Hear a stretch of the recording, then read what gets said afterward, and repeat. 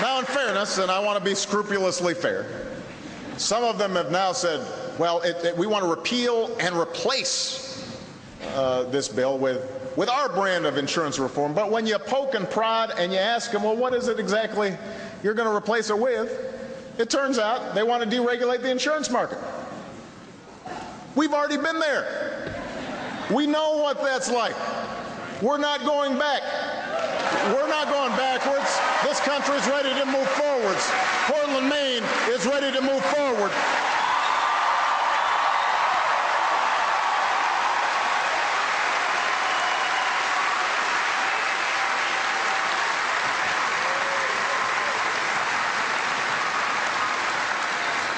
And while we're talking about moving forward, I just want to mention one thing. Kind of lost in the shuffle of all this health care debate is the fact that part of the bill that we signed, that I signed this week, is going to provide an additional $68 billion that used to go to banks and financial services companies, and that's now going to go to the student loan program to expand Pell Grants and to make sure that college is affordable for every young person in America.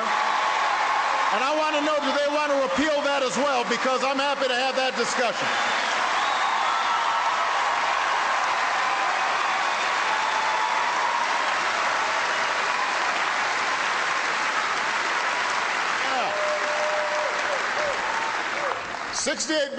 $68 billion that was going to banks and financial institutions.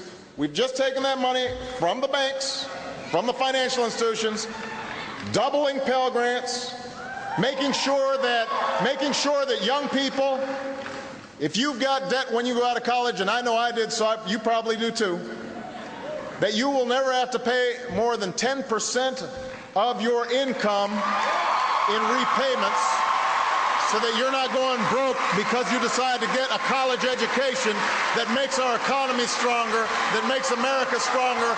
If they want to repeal that too, we can have that discussion.